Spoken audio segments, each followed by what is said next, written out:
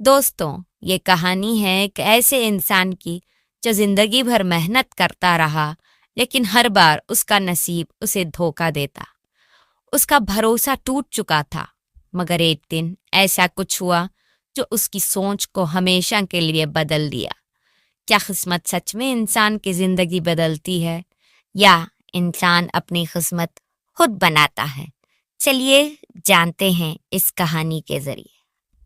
یہ کہانی ہے غلام علی کی، جو پیشے سے ایک مزدور تھا۔ دن بھر مزدوری کرتا، پسینہ بہاتا، لیکن 2 وقت کی روٹی کے لیے ترستا۔ ہر شام وہ اداس ہو کر سوچتا کہ یا اللہ، کیوں میری محنت کا پھل نہیں ملتا؟ کیا میری قسمت میں صرف غریبی لکھی ہے؟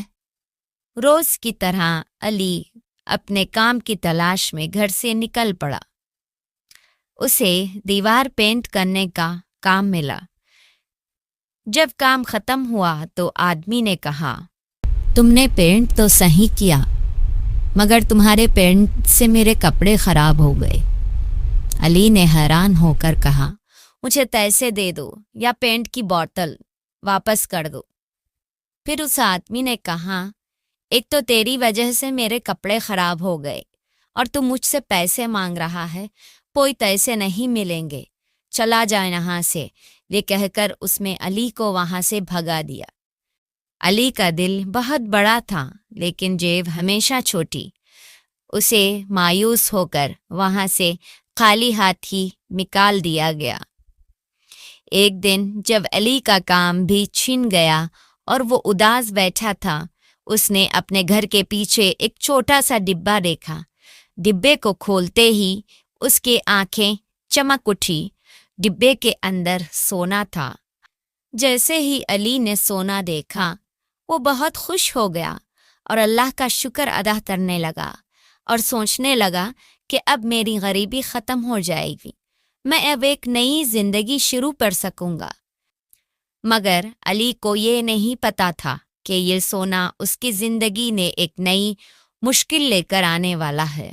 وہ جہاں بھی سونا بیچنے کے لیے جاتا، لوگ اس پر شک کرنے لگتے اور پوچھتے، یہ سونا کہاں سے لایا؟ چور ہو کیا؟ اور اسے وہاں سے بھگا دیتے۔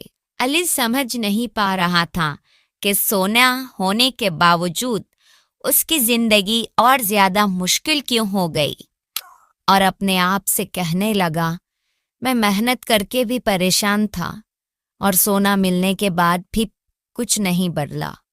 ہر کوئی مجھ پر شک کیوں کر رہا ہے؟ علی نے یہ بات اپنے ایک دوست رشید سے کی۔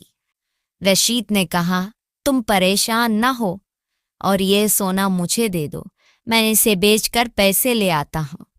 علی نے اس پر بھروسہ کر لیا اور سونا اسے دے دیا، لیکن اگلے ہی دن رشید غائب ہو گیا۔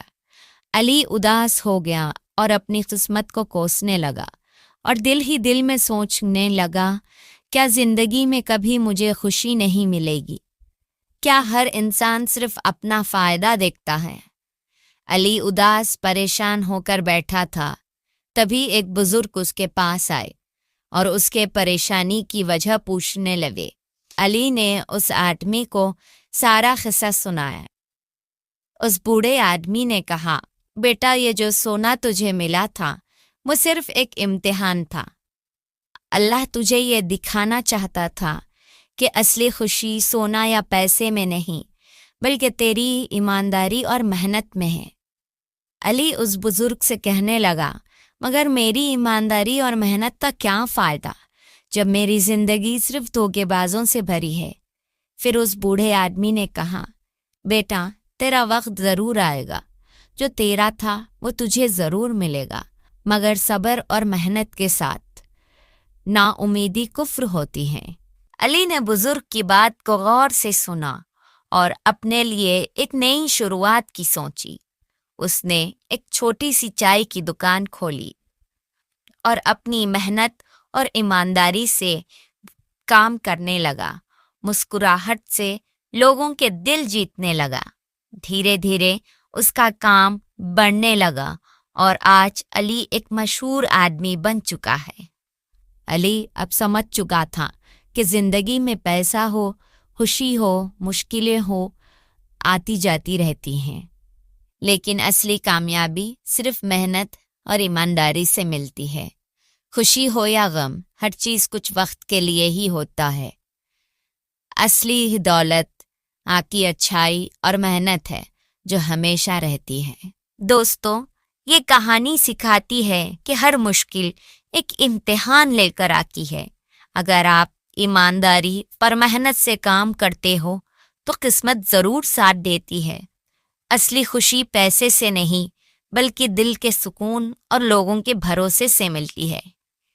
آپ کو کیا لگتا ہے زندگی کے سب سے بڑے امتحان کیسے پاس کرتے ہیں؟ کمنٹ میں ضرور بتائیے گا۔ اور اگر آپ کو یہ کہانی پسند آئی ہو تو ویڈیو کو لائک اور شیئر کریں اور چینل کو سبسکرائب کرنا نہ بھولیں۔ ملتے ہیں اگلی کہانی کے ساتھ۔